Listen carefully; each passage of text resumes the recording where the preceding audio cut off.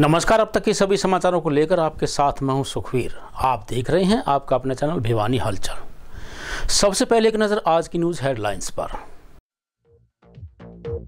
भगवान जगन्नाथ के रंग में रंग गया भिवानी शहर।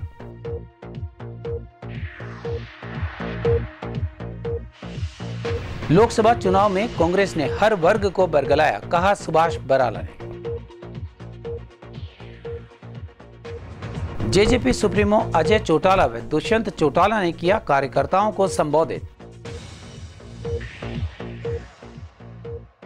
सेक्टर 13 में जन समस्याओं को लेकर किया गया रोष प्रदर्शन। अब खबरें विस्तार से।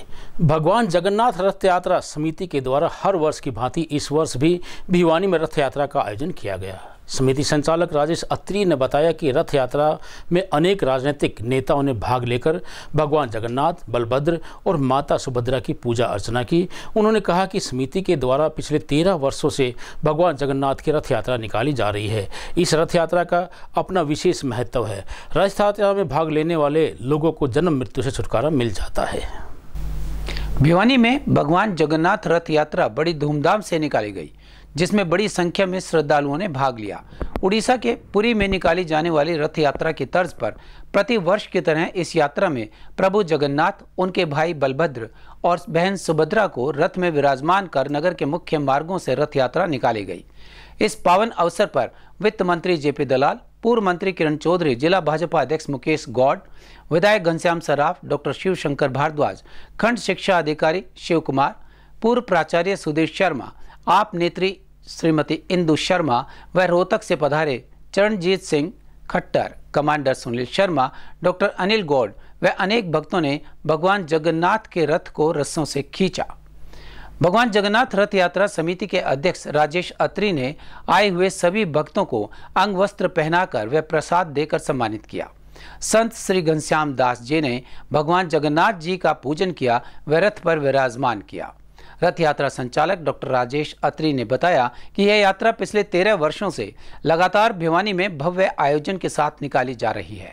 यात्रा के दौरान रथ यात्रा मार्ग में जगह जगह पर पानी, मीठे पानी व शरबत की छबील लगाकर रथ यात्रा महोत्सव को बड़े ही उल्लास के साथ मनाया गया।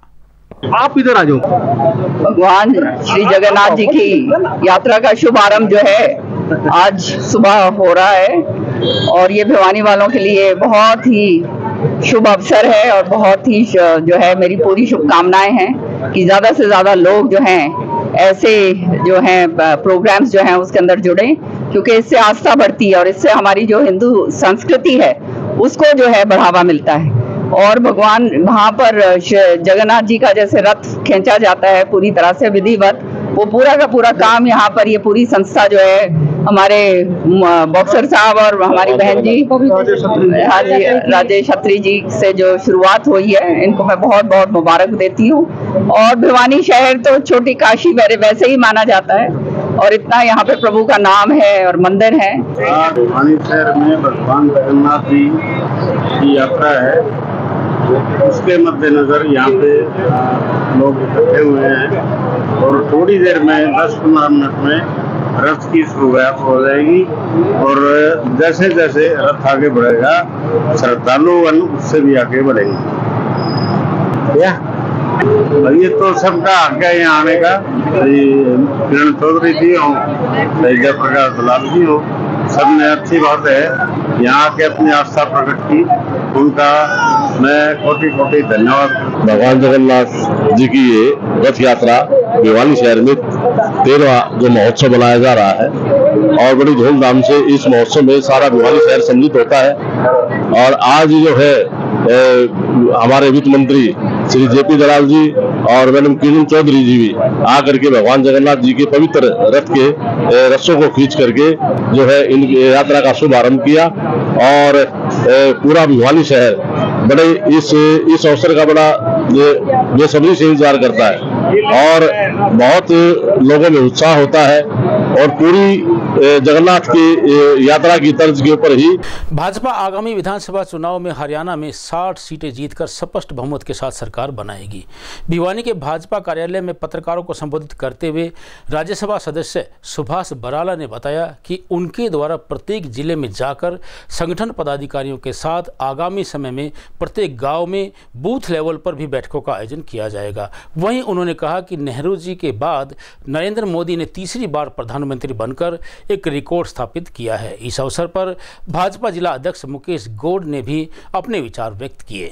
भाजपा जिला कार्य समिति की बैठक में बोलते हुए राज्यसभा सांसद सुभाष बराला ने बताया कि गांव व बूथ लेवल पर इस तरह की बैठकों का आयोजन किया जाएगा। उन्होंने कहा कि नेहरू के बाद मोदी जी तीसरी बार प्रधानमंत्री बने हैं। उन्होंने आगामी विधानसभा चुनाव में 60 सीट जीतने का दावा किया।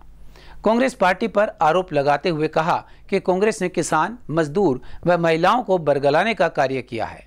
महिलाओं को 8,500 रुपए देने के वादे पर जनता राहुल गांधी का दरवाजा खटखटा रही है। ये बैठक लेने के लिए मैं आया और इस प्रकार की बैठकें पूरे प्रदेश के अंदर भारतीय जनता पार्टी की चल रही हैं और इन बैठकों में हमारे प्रभारी डॉक्टर सतीश पूनिया जी, से प्रभारी सुरेंद्र नागर जी, चुनाव के हमारे इंचार्ज धर्मेंद्र प्रधान जी, विप्लव देव जी और प्रांत के कुछ वरिष्ठ नेता पूरे हरियाणा प्रदेश का प्रवास संगठनात्मक रूप से कर रहे हैं। इसमें जिले के पदाधिकारी मंडल अध्यक्षों की बैठक अलग से हो रही हैं, जिला की बड़ी बैठकें अलग से हो रही हैं, जिस बैठक के लिए आज मैं आया हूं।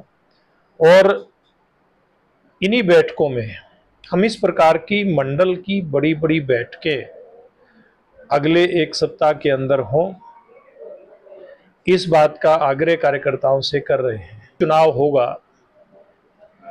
उस चुनाव की तैयारी के लिए कार्यकर्ता जुटे, इस बात का आह्वान हम इन बैठकों में कर रहे हैं। और हमारे सब वरिष्ठ नेता, जितने भी हमारे चुने हुए प्रतिनिधि हैं, सांसद, मंत्रीगण, विधायक, अन्य विभागों के कोई चेयरमैन या संगठन के हमारे पदाधिकारी, ये सब मिल करके और नीचे मंडलों की बैठक भी लेंगे और अगले दिनों में शहर में वार्ड, गांव और बूथ, इन इकाइयों पर जाकर के कार्यकर्ताओं की बैठकें लेंगे। एक तरफ जहां संगठन को चुस्त दुरुस्त करना, तो दूसरी तरफ चुनावी गतिविधियों के लिए नीचे से फीडबैक लेकर के और उसके आधार पे आगामी चुनाव कैसे भारतीय जनता पार्टी जीते और पूरे प्रदेश में सुनिश्चित किया जाएगा कार्यकर्ताओं का मोबिलाइजेशन करके कि जिस प्रकार से देश के अंदर नेहरू जी के बाद एक रिकॉर्ड बना है, नरेंद्र मोदी जी उसके बाद ऐसे प्रधानमंत्री हैं जिन्होंने तीसरी बार शपथ ली है प्रधानमंत्री पद की। इसी प्रकार से भारतीय जनता पार्टी हरियाणा प्रदेश के अंदर तीसरी बार अपनी सरकार बनाए, इस योजना को लेकर के। देखिए, मुझे नहीं पता किस नेता ने क्या बात कही है, अगर कहीं इस प्रकार की बात हुई होगी तो भारतीय जनता पार्टी बैठ करके उनके बारे में बातचीत करके कहाँ कोई समस्या है उसका समाधान भी करती है। लेकिन मोटे तौर पे हरियाणा प्रदेश के अंदर बात करें, पार्टी का कार्यकर्ता लगा है, नेता लगा है और इसीलिए भारतीय जनता पार्टी बहुत सारी इन विपरीत बातों के बावजूद भी 5 सीटें जीतने में कामयाब हुई है। लगातार 3 चुनाव में, कंटिन्यूअस लगातार 3 चुनाव में इस प्रकार की परफॉर्मेंस कांग्रेस पार्टी, जिसने सबसे लंबे समय तक राज किया, नहीं दे पाई। देश में भी हमने अच्छी परफॉर्मेंस दी है और हरियाणा प्रदेश में भी दी है। देखिए, भागदौड़ करना कोई बुरी बात नहीं होती, मन के अंदर इच्छा रखना कोई बुरी होती। ये हमारा प्रदेश नेतृत्व, केंद्रीय नेतृत्व तय करेगा कि किस कार्यकर्ता को राज्यसभा के अंदर भेजा जाए। और मैं तो एक बात कहता हूं कि 100% भारतीय जनता पार्टी का जाएगा। ये बात विपक्ष भी मान रहा है, हुड्डा साहब भी मान रहे हैं। हुड्डा साहब तो स्पष्ट रूप में कह रहे हैं कि मेरे पास तो बहुमति नहीं है, मैं कैसे कैंडिडेट लेकर के आऊं। दुष्यंत चौटाला और दिग्विजय चौटाला हुड्डा साहब को कह रहे हैं कि हम आपको सपोर्ट करेंगे और आप अपना कैंडिडेट लेकर के आओ। लेकिन हुड्डा साहब को ये पता है कि दिग्विजय चौटाला का या दुष्यंत चौटाला का भी सांग बांग सारा हिल चुका है, इसलिए इनके पास भी इतने विधायक नहीं है कि तुम्हारा राज्यसभा में सांसद चुन करके भेज दें। इसलिए चिंता करने की बात नहीं है। भारतीय जनता पार्टी का नेतृत्व तय करेगा, जिसको भी तय करेगा 100% राज्यसभा में शुद्ध रूप से भारतीय जनता पार्टी का। इसका तो अभी कुछ नहीं कह सकते, चर्चाएं तो चलती है, चर्चाएं तो हर प्रकार की चलती हैं, लेकिन जो भी हमारा नेतृत्व तय करता है सबको स्वीकार होता है। भारतीय जनता पार्टी में कोई भी नेता शर्त के साथ नहीं आता, ये आप भी जानते हैं और हम भी जानते हैं। जननायक जनता पार्टी के संस्थापक अजय सिंह चौटाला व पूर्व उप मुख्यमंत्री दुष्यंत चौटाला ने जाट धर्मशाला में पहुंचकर कार्यकर्ताओं की बैठक को संबोधित किया। उन्होंने कार्यकर्ताओं से आगामी विधानसभा चुनाव को लेकर विचार विमर्श करते हुए रणनीति तैयार की। अजय चौटाला ने कहा कि लोकसभा चुनाव में अनुसूचित समाज व अल्पसंख्यक समाज ने बीजेपी को नकार दिया है और उस पार्टी को वोट नहीं दिया, जिसका परिणाम आपके सामने है। आगामी विधानसभा चुनाव को लेकर जेजेपी नेता दुष्यंत चौटाला ने भिवानी के कार्यकर्ताओं को संबोधित करते हुए कहा कि आगामी विधानसभा चुनाव के लगभग 100 दिन बाकी हैं और पार्टी ने अपने कार्यकर्ताओं को अलग अलग जिम्मेवारी सौंपी है, जिसके चलते पूरे प्रदेश में जेजेपी मजबूती से कार्य करेगी। वहीं अजय चौटाला ने कहा कि प्रजातंत्र में फैसला जनता करती है और पिछले लोकसभा चुनाव में जनता ने अपनी ताकत दिखा दी। उन्होंने कहा कि प्रत्येक विधानसभा क्षेत्र में जेजेपी कार्यकर्ताओं की बैठकें हो रही हैं और अधिक से अधिक वोटर्स को अपने साथ जोड़ा जा रहा है। अगर सारे हिम्मत करते हो तो परिस्थितियां बदलते हुए देर नहीं लगती। आज तो सारी तरह के साधन है, सुख है, सुविधा है। हजारों वर्कर भी मेरे सामने बैठे हैं। मैंने तो इसी भिवानी जिले में जब चौधरी देवीलाल के साथ शुरू में आया करता था तो वो स्थिति भी देखी है जब रेस्ट हाउस में कोई आकर के मिलने की हिम्मत नहीं करता था। कभी 5 लोग होते थे, कभी 7 होते थे। उनमें से एक ओम प्रकाश मित्तल, एक जुई का जयमल सिंह, एक इस निर्मला की मां भगवती, एक जगन्नाथ, ये इस तरह के एक संडवा का वो निहाल सिंह। अरे भाई सुन ले, मैं और कुछ बोलने नहीं लग रहा हूं। हालात भी देखे हैं और वो परिस्थितियां भी देखी है जो बद से बदतर थी।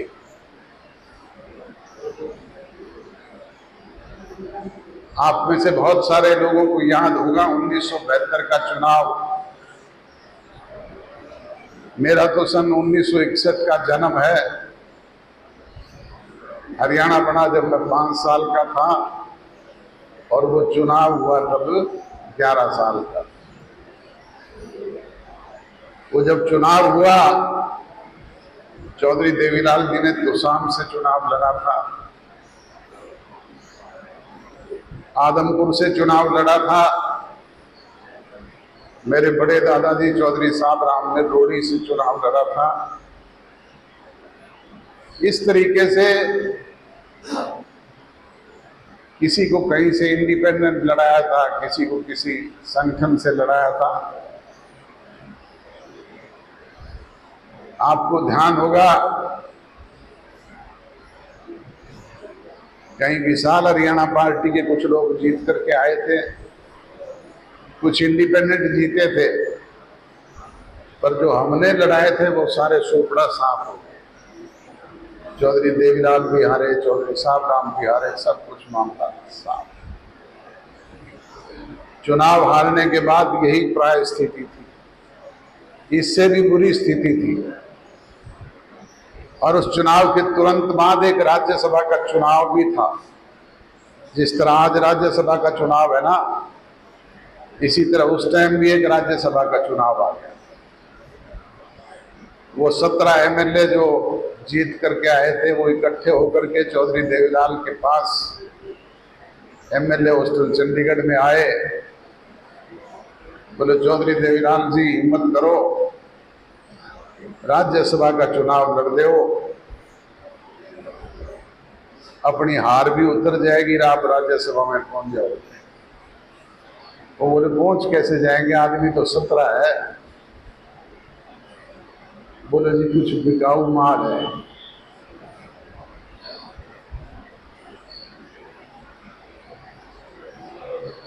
हर एक का ही राज्यसभा का मेंबर बनने का जी तो करता ही है। उन दिनों में रुपया नहीं होता था।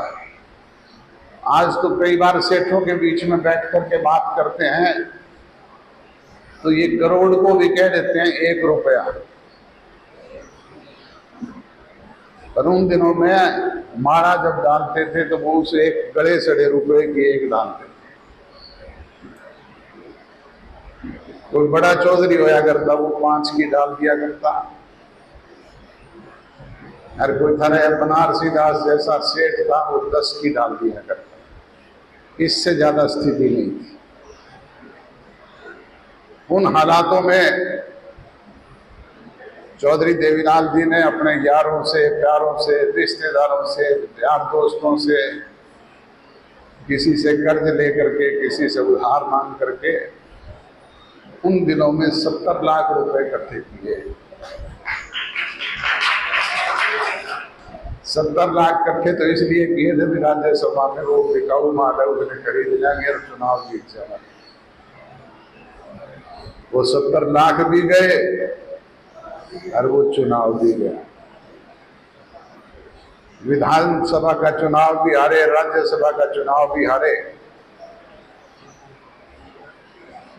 देश की स्वतंत्रता की लड़ाई से लेकर के जिस आदमी ने कभी 72 तक मुड़ करके वापस नहीं देखा था, उस आदमी में भी कमजोरी आ गई। वो भी निराश हो गए थे और निराश होकर के तेजा खेड़ा फार्म पर चले गए। तो सामने दिए सारे दिशा निर्देश, सारी स्थिति बताई है, सबका आंकलन किया। क्या लगता है सर, किस प्रकार के नतीजे इस बार रहने वाले हैं? प्रजातंत्र में फैसला जनता करती है। हमारा काम है जन भावनाओं को उन तक पहुंचाना, सरकार की बेकायदगियां उन तक लेकर के जाना। जो दुष्प्रचार करने वाले लोग हैं उनसे उनको अवगत कराना, हमारी पार्टी की नीति, कार्यक्रम और प्रोग्राम उन तक पहुंचाना। हम उसमें लगे हुए क्या करने के लिए बार बार समीक्षा कितनी बार कर लो। लोगों ने 2 ही जगह वोट डाले, मोदी और एंटी मोदी। मुजफ्फरनगर से लेकर के बाड़मेर तक जाट रहता है, लाहौर से लेकर के अलीगढ़ तक जाट रहता है। एक जाट ने भी वोट नहीं दिया किसान के नाम पर, चाहे वो जाट था चाहे जट सिख।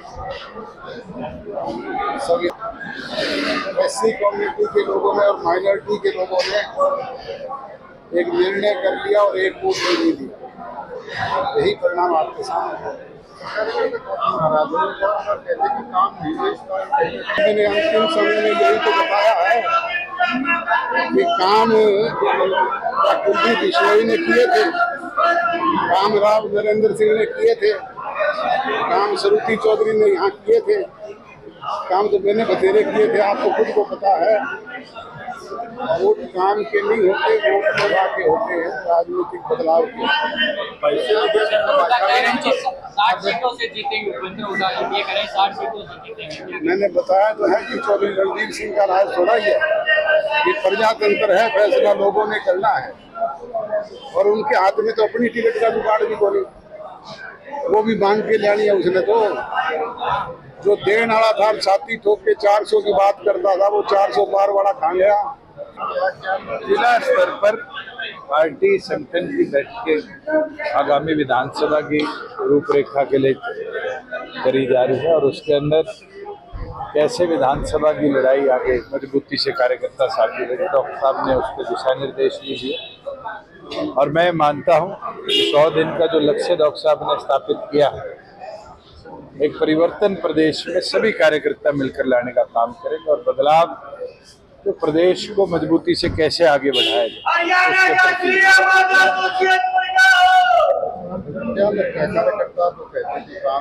मैं तो एक चीज बोल सकता हूँ कि आज सबने संकल्प लिया है, मजबूती के साथ मैदान में उतरेंगे। लोकसभा की परिस्थिति अलग थी, 2 राष्ट्रीय गठबंधनों के बीच में चुनाव रहा, विधानसभा की परिस्थितियां अलग और विधानसभा में सभी साथी मैदान में उतरेंगे तो बदलाव निश्चित बीजेपी के साथ रहे हुआ है और मैं ये मानता हूँ कार्यकर्ता जन भावनाएं समय पर नहीं समझ पाए, मगर आज उन जन भावनाओं को समझकर मजबूती से आगे बढ़ने की पृष्ठभूमि जो कांग्रेस है, खासकर भूपेंद्र सिंह होगा, वो लगातार प्रयास कर कांग्रेस और बीजेपी की साठगांठ तो राज्यसभा के चुनाव के लिए दिख रही और जिस तरह प्रदेश का सबसे बड़ा दल मैदान छोड़ने की विपक्ष का बात करता है, ये दिखाता है कि गिव एंड टेक है। रोहतक के बदले राज्यसभा देने की जो डील हुई उसकी पृष्ठभूमि हरियाणा की जनता के सामने आ रही है। मैं तो और लोगों से चर्चा कर रहा हूँ और जल्द कोई सामाजिक ऐसा व्यक्ति जिसका हम सब के बीच में एक ऐसा कद रहा, हम उससे अपील करेंगे और अपील कर कर उनसे बात कर आगे राज्यसभा की तौर पर परिवार छोड़ दीजिए, खुद के बेटे को जिताने के लिए तो राज्यसभा की सीट बीजेपी को गिफ्ट कर रहे हैं, परिवार छोड़ दीजिए, आज सामाजिक तौर पर किसी को उठाइए और देखते हैं विपक्ष क्यों नहीं एक होगा और विपक्ष एक होगा तो जो अल्पमत की सरकार है उसको जवाब देगा। भिवानी के सेक्टर 13 की द रेजिडेंट वेलफेयर एसोसिएशन ने मूलभूत सुविधाओं को लेकर जिला प्रशासन के खिलाफ अपना रोष प्रदर्शन किया। इस अवसर पर पदाधिकारियों ने बताया कि सेक्टर 13 में बिजली, पानी, सड़क इत्यादि का बुरा हाल है और खाली पड़े प्लॉट्स में जल भराव के कारण मलेरिया व डेंगू की बीमारियां फैलने का खतरा बना हुआ है। वहीं उन्होंने बताया कि सेक्टर वासी आवारा पशुओं से ना तो दिन के समय सुरक्षित है और ना ही रात के समय सुरक्षित है। भिवानी के हुड्डा सेक्टर 13 में लंबे समय से समस्याओं का अंबार लगा हुआ है। यहाँ मूलभूत सुविधाओं का पूर्ण रूप से अभाव रहता है। सेक्टर की सड़कें जर्जर हालत में है। पानी व सीवरेज की समस्या के साथ आवारा पशुओं ने जीना मुहाल कर दिया है। थोड़ी सी बारिश में यहाँ जगह जगह जल भराव हो जाता है और उसके बाद आवारा पशु यहाँ के हालात बद से बदतर कर देते हैं। लोगों को अपने घरों तक पहुँचना भी मुश्किल हो जाता है। क्षेत्रवासी अनेकों बार यहाँ की समस्याओं से अधिकारियों और संबंधित विभाग को अवगत करवा चुके हैं, लेकिन समस्या ज्यों की त्यों बनी हुई है। यहाँ के निवासियों ने प्रशासन से समस्याओं के निवारण की गुहार लगाई है। आप देख रहे मेरे पीछे ही गंदा पानी जो प्लाटों में पड़ा, उसमें सीवर मिक्स है वो, और उसमें मच्छर, कीड़े, बदबू, जो बराबर में मकान बना के रह रहे हैं उनका जीना मुश्किल हो रहा है। तो हम ये कहना चाहते हैं, एक तो सबसे पहले ये अगर जो गंदा पानी प्लाटों में भरा है और सीवरेज की भी बुरी हालत है, इसको ठीक करके यहाँ सुधार किया जाए। दूसरा सबसे जो बुरा हाल है, रोड जो आपने देखा है, अब मेन रोड जो है सेक्टर 23 का, उसमें 2-2 फुट के करीब खड्डे हैं। वो बिजली वाला है बाबा भाई, 2-2 फुट के खड्डे हैं उसमें। तो इस रोड को मैंने भवानी को कहा था अक्टूबर में, वो मार्च में आश्वासन दिया था, आज तक वो ठीक नहीं हुआ है। भाई उसको ठीक करवा जाए। पार्क है, पार्क मतलब कोई घास सके, कोई उसमें कटिंग या सफाई या कोई पत्ते उठाना या ट्री कटिंग, कुछ भी मतलब नए पौधे लगाना कुछ नहीं है उसमें। न झूले हैं न कोई और है बच्चों के लिए, सभी टूटे पड़े हैं। केवल आश्वासन भवानी ने कहा था मैं सारी चीज़ें ठीक करवा दूंगा, टेंडर हो रहे हैं मेरे, पार्कों को ठीक करवा दूंगा। आवारा कुत्ते, आवारा गायें, खागड़े, मतलब यहाँ गंदगी सफाई वाले 2 साल हो गए आए, और इनके जो गोबर है या इनकी जो वो लेटरिन है वो हमने उठानी पड़ती है। मतलब ये जो रेजिडेंट्स हैं यहाँ पर, तो यहाँ सेक्टर 23 में सुविधाओं नाम की कोई चीज़ नहीं है। पानी कोई टाइम पर नहीं आना, कोई सीवरेज का, कोई रोड का, या कोई बिजली का, या कोई प्लाटों में तो गंदगी फैल रही उसका, मतलब पार्कों की जो दुर्दशा है वो देखी नहीं जाती। लेकिन अब चेयरमैन के आश्वासन के बाद भी किस पर विश्वास करें। और बाहर नरी काबली कीकर खड़ी है, हमने 20 बार कह लिया। 2 एक्सटेंशन है उड्डा की, उसमें सांप मतलब तमाशम सारे, मतलब रेनी सीजन में सांप भी आएंगे। तो सेक्टर में कोई सुविधा नाम की कोई चीज़ नहीं है, केवल नाम मात्र का वो है। प्रशासन को हम लिख के दे चुके हैं, प्रशासन को हम मिल के पर्सनल में मिल के खुद हमारा जो डेपुटेशन है वेलफेयर एसोसिएशन का, मिल के उनको अवगत करा चुका है, अखबारों में दे चुके हैं। लेकिन प्रशासन ने ये मान लिया भाई इन्होंने यही काम करना और हमने अपने ढंग से अपनी चाल से ही चलना है। लोगों की जो असुविधाएँ हैं उनकी तरफ कोई ध्यान नहीं दे करके। और मैं ये कहता हूँ अगर भाई आने वाले टाइम में जो भी चुनाव होगा हम बहिष्कार नहीं करेंगे, हम ऐसे लोगों को वोट देंगे जो हमारी सुविधाओं की तरफ ध्यान देगा। हमने जो यहाँ का एमसी उसको भी अवगत करा चुके हैं, कई बार हो चुके हैं। सैकड़ों बार हम उच्च अधिकारियों से, committee, market committee, municipal committee के चेयरमैन से, लोकल स्थानीय विधायक से, स्थानीय सांसद से हम लिखित में और ज़बानी तौर पर हम मिलके उनको अवगत करा चुके हैं। परंतु पता नहीं क्या दिक्कत आ रही है कि या तो उन्होंने सेक्टर से कोई दुश्मनी है, प्रशासन ने भी, राजनेताओं ने भी। इस एक बार कम से कम यात्रा करके देख लें, सारी चीज़ें अपने आप में क्लियर हो जाएंगी। दूसरी, आवारा पशु हैं, दावे ये किए जा रहे हैं कि भाई हमने जो है ना कैटल फ्री कर दिया है शहर को। और यहाँ पीछे देखो आप, अभी जो है ना गायें चल रही हैं खाली प्लाटों में, आवारा पशु, कुत्ते, मतलब रहना दूभर हो चुका है यहाँ।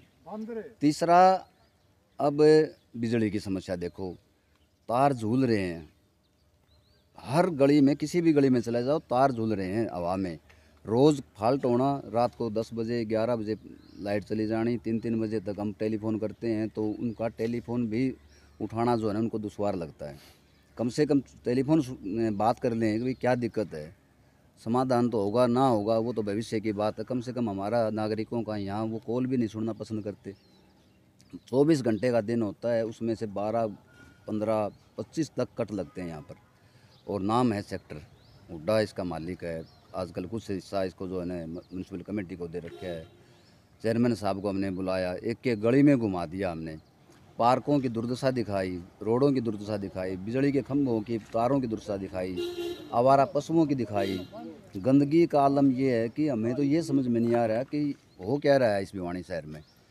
पिछले 1.5-2 साल से तो जो सफाई कर्मचारी उनका वीकली होते थे वो पता नहीं डेपुटेशन पर ले रखे थे, कैसे ले रखे थे। 2 साल से हमने उन सफाई कर्मचारी। अब एक खबर चलते चलते, उड़ीसा के शहर पुरी में भगवान जगन्नाथ का मंदिर वैष्णव संप्रदाय का पूजनीय स्थान है जो भगवान विष्णु के अवतार श्री कृष्ण को समर्पित है। इस मंदिर का वार्षिक रथ यात्रा उत्सव विश्व प्रसिद्ध है। रथ यात्रा आषाढ़ माह के चंद्र माह के उज्ज्वल आधे पर प्रतिवर्ष मनाया जाने वाला सबसे पुराना और सबसे बड़ा हिंदू रथ उत्सव माना जाता है। त्योहार के दौरान 3 देवता जगन्नाथ, उनके भाई बलभद्र और बहन सुभद्रा को भक्तों की भीड़ द्वारा 3 विशाल लकड़ी के रथों में बड़ा डंडा व गुंडीचा मंदिर तक खींचा जाता है, जहां भगवान 1 सप्ताह तक रहते हैं और फिर जगन्नाथ मंदिर लौट आते हैं। गुंडीचा मंदिर से वापस आते समय तीनों देवता मौसी मां मंदिर के पास कुछ समय के लिए रुकते हैं और पोडा पीठा का प्रसाद खाते हैं। रास्ते में भगवान जगन्नाथ का रथ नंदी घोष एक मुस्लिम भक्त सालबेगा के शमशान के पास उन्हें श्रद्धांजलि देने के लिए इंतजार करता है।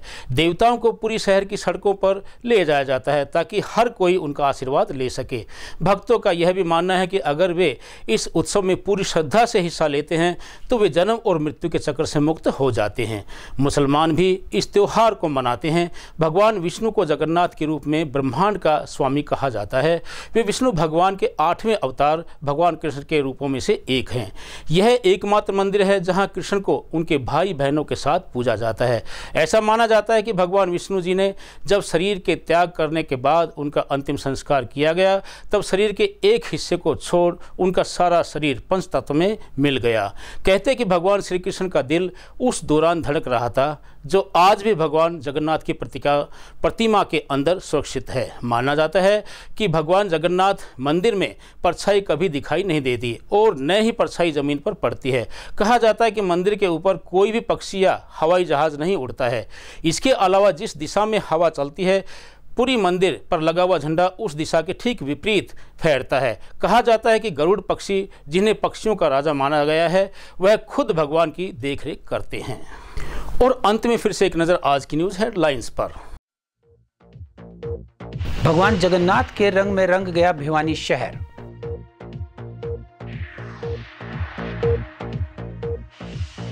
लोकसभा चुनाव में कांग्रेस ने हर वर्ग को बरगलाया, कहा सुभाष बराला ने। जेजेपी सुप्रीमो अजय चौटाला व दुष्यंत चौटाला ने किया कार्यकर्ताओं को संबोधित। सेक्टर 13 में जन समस्याओं को लेकर किया गया रोष प्रदर्शन। अब मुझे दीजिए इजाजत। देखते रहिए आपका अपना चैनल भिवानी हलचल।